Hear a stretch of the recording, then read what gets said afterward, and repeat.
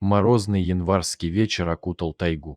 Николай Петрович, опытный лесник, растапливал печь в избушке, когда сквозь вой метели до него донеслись странные звуки. Взглянув в окно, он увидел крупного серого волка, который стоял неподвижно, глядя прямо на него.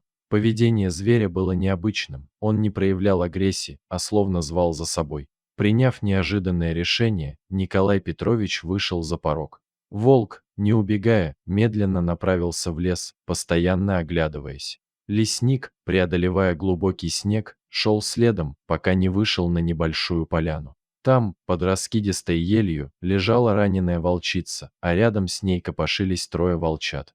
Ее лапа была сильно повреждена, очевидно, она попала в браконьерский капкан, но сумела освободиться.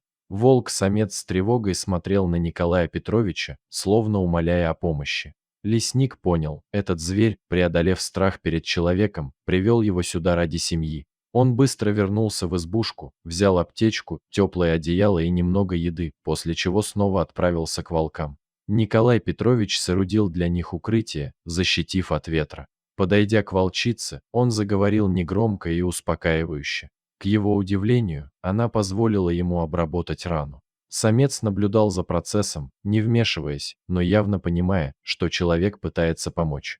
В следующие дни лесник приносил еду и ухаживал за волчицей. Волки не уходили, самка была слишком слаба, а морозы становились все крепче. Чтобы обеспечить их пропитанием, Николай Петрович отправился на охоту и добыл кабана. Волк-самец наблюдал за разделкой туши, а в его взгляде читалось одобрение.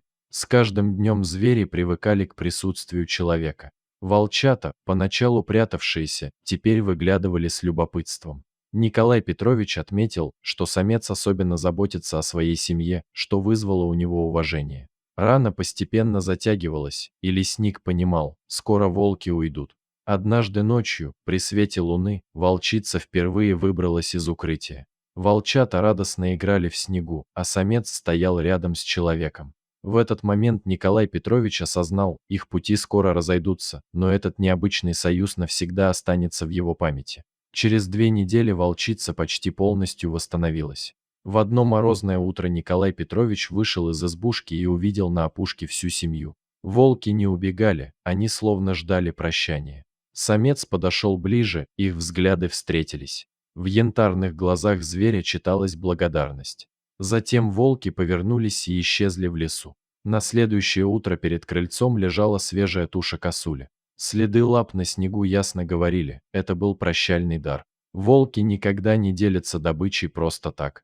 Это был их способ сказать спасибо. Прошли годы, но Николай Петрович все так же слышал волчий вой в зимние ночи и вспоминал ту удивительную историю.